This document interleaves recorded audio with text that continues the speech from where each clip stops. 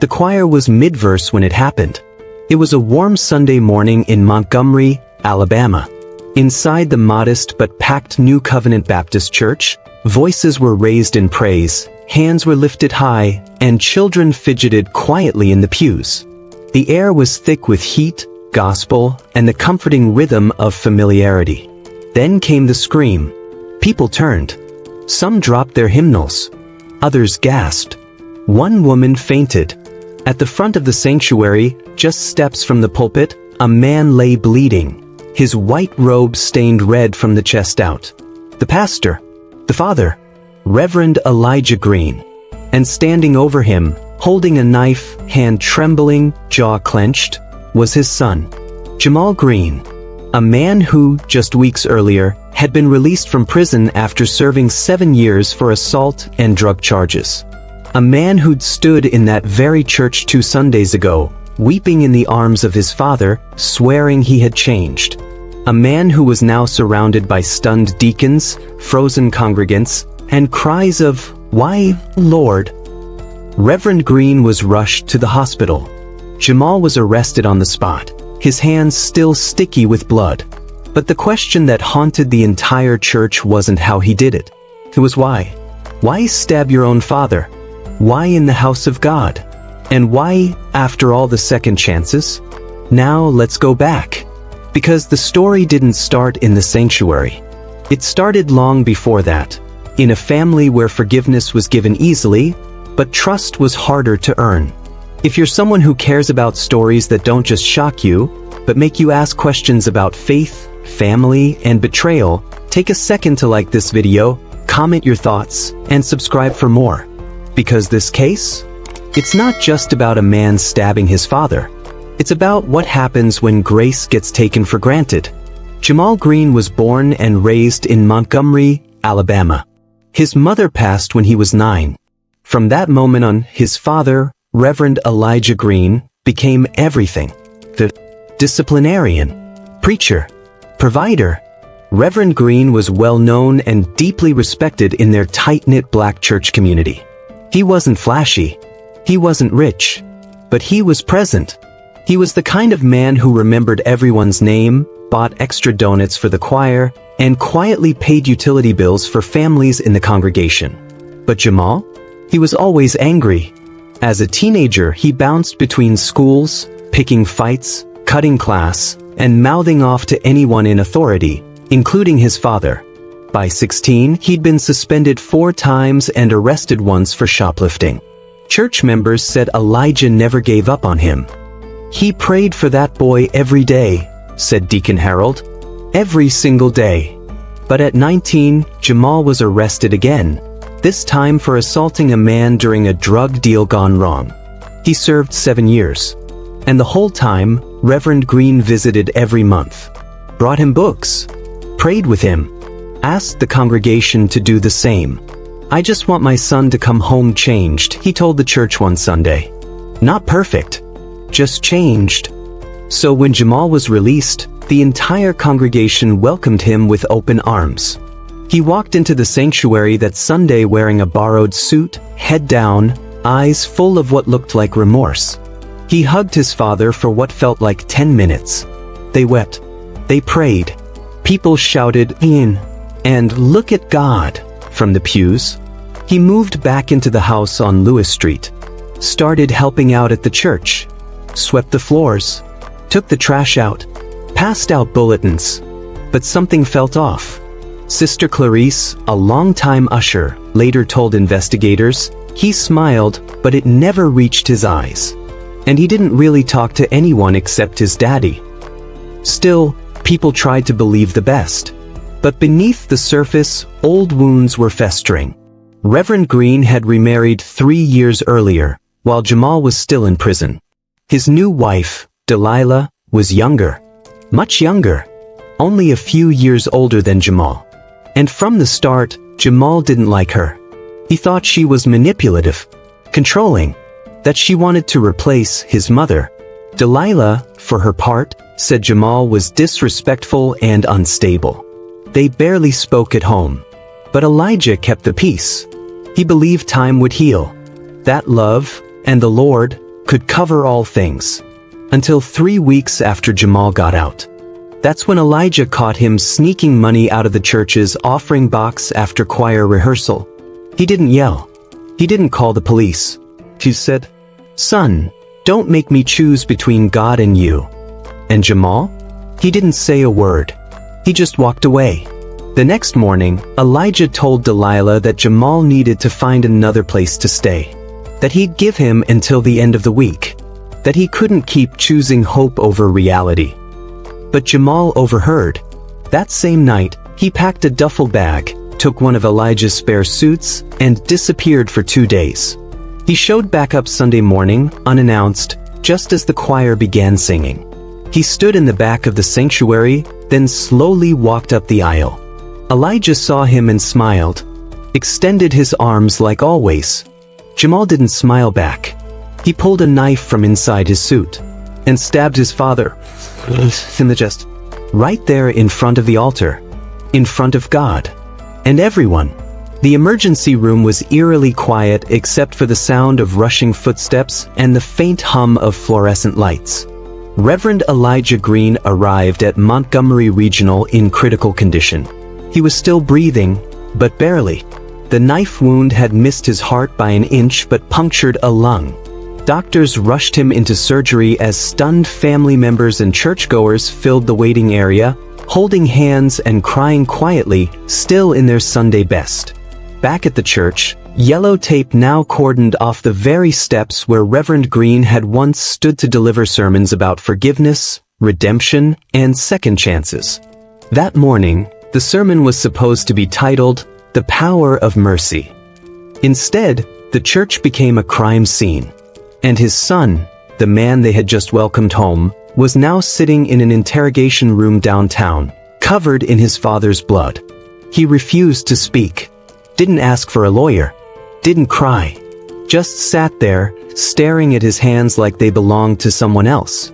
Detectives were stunned. One of them later said, "He looked like he was somewhere else. Like whatever happened in that church, it had been happening in his head for a long time." Let's rewind for a moment. Jamal Green wasn't a stranger to violence. His prison record showed a history of aggression, multiple fights, one time sent to solitary for threatening a guard. But what made this case so chilling wasn't just that he stabbed someone, it was who he stabbed, where he did it, and why. The investigation didn't take long to expose what had been bubbling beneath the surface for months, maybe even years. Inside Jamal's room, detectives found a spiral notebook full of disturbing writings, angry rants, scribbled out Bible verses, pages torn out. One phrase was repeated several times on one page. "He loves God more than he loves me." Another page read, "She took his heart.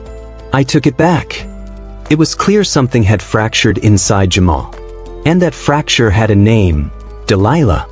Jamal's stepmother had been married to Elijah for just under 3 years. She was 39, a youth counselor, a powerful singer in the choir, beautiful, strong-willed, and, according to some church members, deeply resented by Jamal. They never got along. At first, Jamal made quiet remarks. "Why she gotta lead the prayers now? Mama only been gone 10 years and she already moved in?" But then it became deeper. He told his cousin one day after service, "She thinks she owns him. That ain't her man. That's my father." Things escalated further when Delilah became involved in managing church operations. She helped coordinate events, reviewed financial records, oversaw community outreach. And when Elijah caught Jamal stealing from the offering box, it was Delilah who suggested he move out. Jamal knew. He heard her through the wall that night saying, "You can't fix him, Elijah. He's not your second chance, he's your second fall." That quote stayed with him.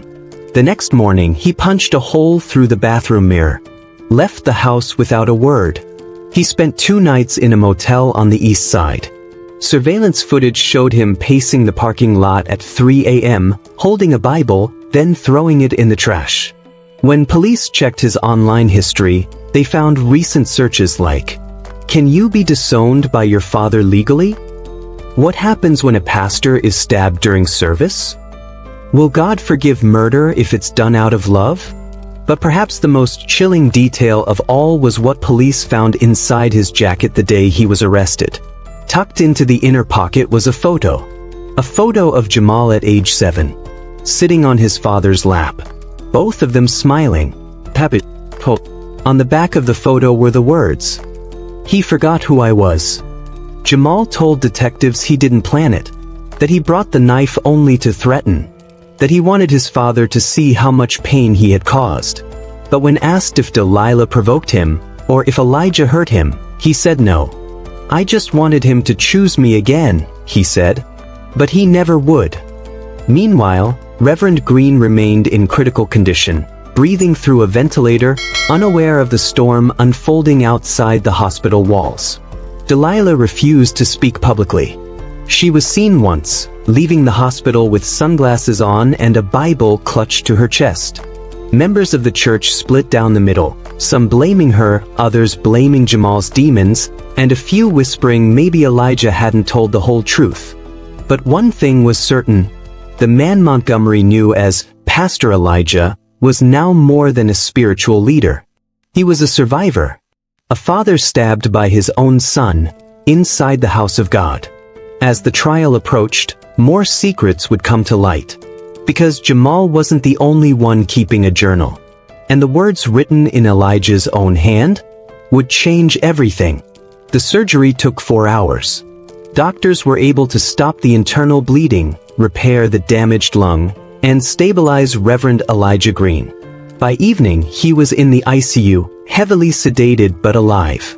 Alive, but not yet aware that it was his son who'd nearly killed him. While Montgomery breathed a sigh of relief that the beloved pastor had survived, another storm was quietly brewing behind the scenes, one that had nothing to do with physical wounds and everything to do with what had been left unsaid. Because when Reverend Green finally opened his eyes, the first thing he said was, "Where's Jamal?" And when they told him what happened, Elijah turned away, tears streaming from the corners of his eyes. He didn't ask for a lawyer. He didn't ask for Delilah. He simply said over and over, "I should have seen it coming."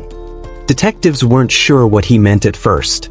But 2 days later, when they came to ask him about the incident, Elijah said something that changed the tone of the investigation.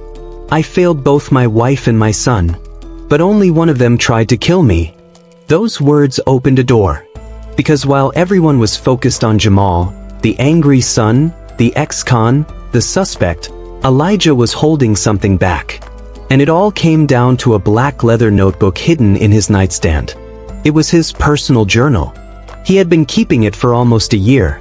The entries started off like prayers, notes to God, reflections on sermons. But as Jamal's prison release drew closer, the tone changed. The writing became heavier, more conflicted. One entry read, "I fear bringing my son home will tear my house apart. Delilah says he's too angry. But I promised his mother I'd never give up on him. I just don't know if I'm trying to save him or save myself." Another entry, written just 3 weeks before the stabbing, said, "Last night, they argued again. Jamal called her a liar. She said he was a ticking time bomb. I'm stuck in the middle of a war I created. God, what do I do when both people I love are becoming enemies under my roof?" But it was the final entry, written the night before the attack, that sent chills through everyone who read it. "I saw the way he looked at me tonight. There was no sun in his eyes. Just something broken. Something hollow. I told him I loved him. He didn't believe me. I'm scared to sleep, but I will pray instead. And if I don't wake up, let this journal explain why." The pages confirmed what many had suspected but no one wanted to say out loud. Elijah had known something was coming, but he hadn't stopped it. Out of love? Out of guilt? Or out of pride? Meanwhile, Jamal remained silent in jail. His court-appointed attorney entered a plea of not guilty by reason of mental illness, citing Jamal's history of PTSD, unresolved trauma from his mother's death, and possible undiagnosed schizoaffective disorder. But prosecutors weren't buying it. They believed the attack was premeditated. They pointed to the notebook found in Jamal's room. The searches, the knife, the staged arrival at church, and perhaps most damning of all, they uncovered a deleted text from Jamal to a friend just 3 days before the stabbing. He chose her. He'll regret it. The prosecution now had motive, jealousy, abandonment, and unresolved hatred. But still, a deeper question lingered beneath the courtroom drama. What really broke Jamal? Was it prison? The loss of his mother? Or was it something much closer to home? In the weeks leading up to the trial, Delilah finally agreed to speak, just once, and only to investigators. She sat down quietly, hands folded, and said, I really did. But that boy never saw me as family. And Elijah, he wouldn't set boundaries. He thought love could fix everything. But sometimes, love just feeds the fire. She said she never felt safe with Jamal in the house. That she once woke up and found him standing over her, watching her sleep. That he'd left dead flowers on her pillow one morning, without explanation. When detectives asked why she didn't say anything sooner, she said, "Because Elijah kept asking me to hold on. To be patient. And I loved him enough to try." But maybe love wasn't enough. And maybe, deep down, Elijah had known that too. Back in jail, Jamal was finally visited by a prison psychologist. During their second session, he broke his silence. I thought if I made him bleed, he'd finally understand my pain. The psychologist asked him what kind of pain he meant. Jamal replied, "The kind that happens when you watch the only person who's supposed to protect you choose someone else instead." The courtroom was packed. News of the stabbing had spread beyond Montgomery. Local news stations lined the courthouse steps. Church members arrived early to find seats, clutching programs from Reverend Green's previous sermons like prayer books. Some came to support Elijah. Others came for answers. But most came because they still couldn't believe it was real. A son stabbed his own father. In front of a congregation. In the middle of a church service. No one had ever seen anything like it. The trial began with opening statements that cut deep. The prosecution wasted no time. This was not a moment of madness. It was a calculated act of violence fueled by bitterness, resentment, and entitlement. Jamal Green brought a knife into a church and used it against the man who gave him everything. The defense countered, "This is a story of a broken young man, untreated, unseen, and unheard. His mind is not well. His heart is wounded. This is not premeditation. This is unhealed trauma erupting in tragedy." And so the courtroom became a stage for the past to unravel. Delilah was called to testify. She walked slowly to the stand, dressed in all black, her voice steady but low. She described the first night Jamal returned home. How he didn't speak to her. How he refused to eat her food. How he slammed the door every time she entered her room. "I didn't feel like a stepmother," she said. "I felt like an intruder in my own home." She told the jury about the night he broke the hallway mirror with his fist, how she found torn photos of her wedding in the trash, and how Elijah kept telling her, "He'll come around." She looked directly at Jamal and said, "You were hurting. I see that now. But I was afraid of you. And I think part of you wanted that." Jamal didn't react. Then came the character witnesses. Old teachers. Family members. Prison counselors. They all said the same thing: Jamal had potential. But he was angry. Always angry. His former cellmate described nights where Jamal would sit up talking to the wall, muttering things like, "He forgot about me," or, "She stole my father." Then the psychologist testified, confirming that Jamal showed signs of schizoaffective disorder, episodes of paranoia, mood swings, and dissociation. But the prosecution had their final blow waiting. They called Reverend Elijah Green to the stand. Gasps echoed through the courtroom. No one had expected him to testify, especially not on behalf of the state. He walked slowly, his breath still labored from the healing wound, his posture slightly bent. But his eyes were steady. The prosecutor asked him to identify the man who stabbed him. He pointed to his son. Then he was asked, "Why do you think he did it?" Elijah paused. The silence was heavy. Then he said, "Because I didn't listen. I didn't set limits. I mistook love for healing. And I ignored the signs that my son needed help, not sermons." He wasn't blaming himself. He was telling the truth. And when the defense attorney asked if Elijah still loved his son, just. But love doesn't undo pain. And it doesn't erase consequence. The courtroom fell still. That moment, Elijah, fragile but strong, confronting the son who nearly took his life, was more powerful than any evidence shown. By the end of the trial, the jury had seen both sides. A father's faith, a son's brokenness, a family torn between guilt, mental illness, and the tragedy of misplaced grace. Deliberations lasted 2 days. When the verdict was read, there were no cheers, no tears, just silence. Guilty of attempted murder, but with a recommendation: mental health treatment in a state facility instead of traditional prison. The judge accepted the recommendation, saying, "Justice must hold people accountable, but it must also recognize the weight of untreated pain." This court believes both can be true. Jamal was escorted out of the courtroom in cuffs. He looked at no one. But just before he disappeared through the door, Elijah whispered something. No one could hear what he said, but Jamal nodded. And for the first time since the stabbing, his eyes filled with tears. Jamal Green was sent to the Alabama State Forensic Hospital, a secure psychiatric facility, for treatment and rehabilitation. The court ordered a minimum of 15 years before parole eligibility, with evaluations every 24 months to assess his mental stability. He was 26 years old. For the first time in his life, he wasn't behind bars. But he wasn't free either. The facility was gray, cold, and silent. It wasn't the chaos of prison. There were no shouting inmates, no gang tensions, no fear of being jumped in the shower. But there was something heavier here: reflection. Each day, Jamal met with a therapist.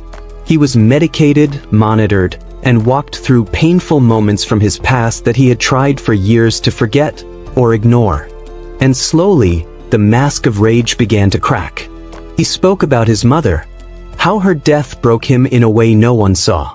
How for years he blamed Elijah for not saving her from the cancer, for praying instead of acting.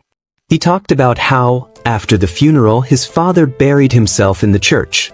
"I used to watch him hug everyone in that building," he said, "but he couldn't look me in the eye. He felt abandoned, left out." And then years later, Delilah walked into their lives. Smart, confident, and in Jamal's eyes, his father's replacement for everything they'd lost. "She took what was mine," he said. But what did that really mean? Maybe not Delilah herself, but Elijah's attention, his affection, his time. Jamal wasn't just jealous. He was grieving. He'd been grieving for years.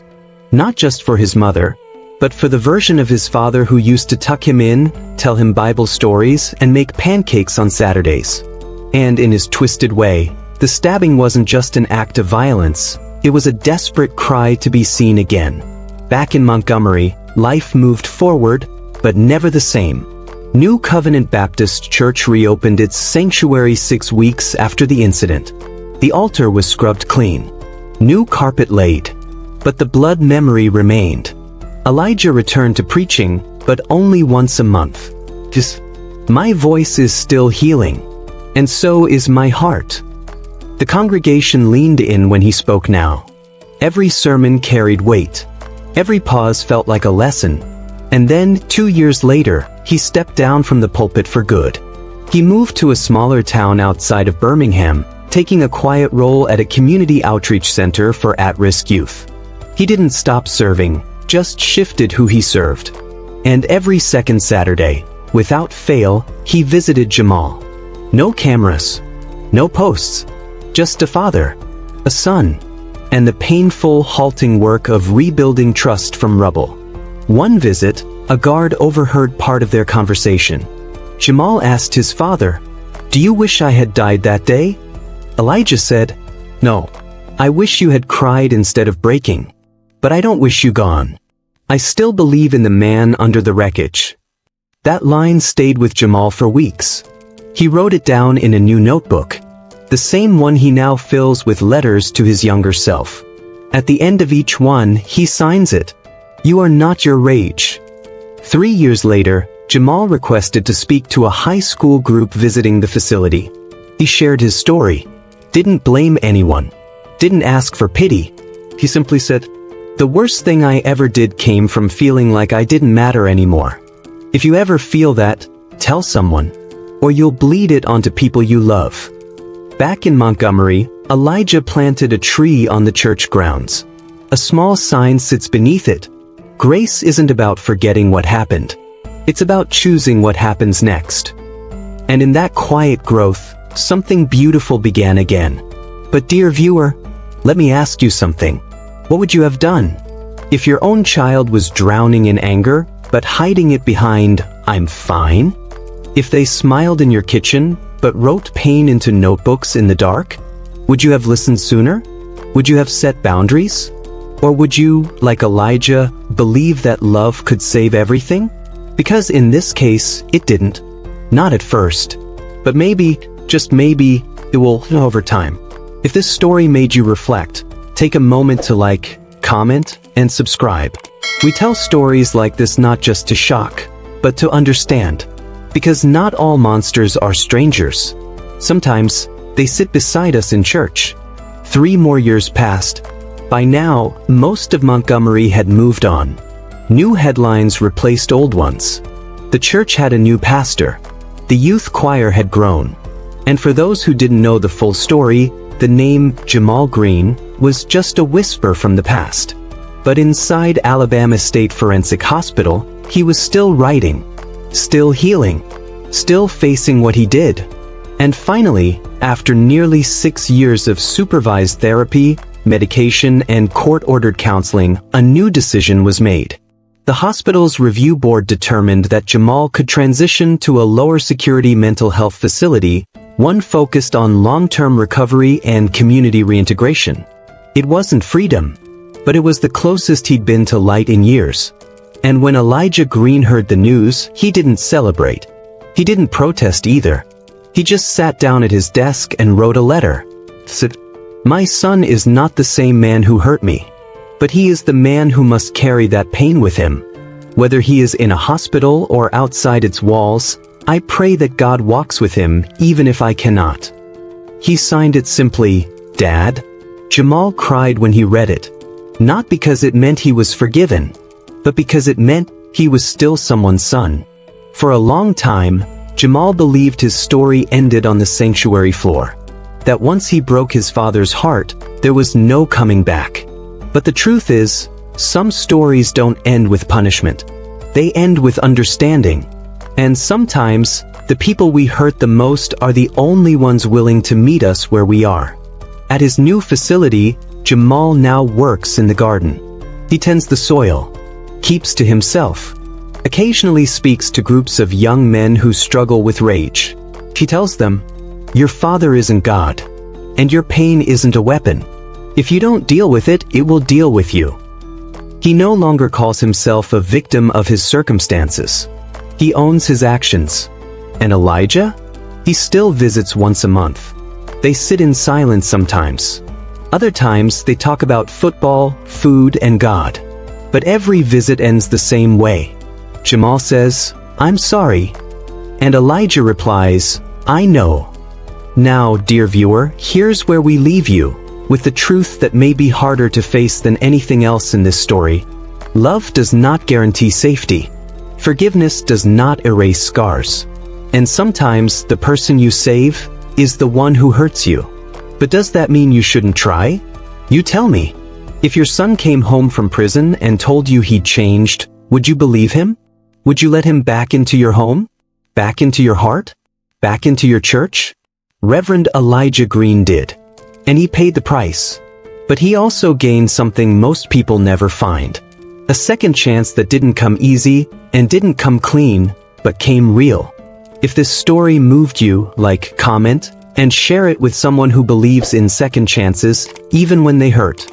And don't forget to subscribe for more stories that expose the hidden pain behind headlines and the quiet strength inside families who refuse to give up.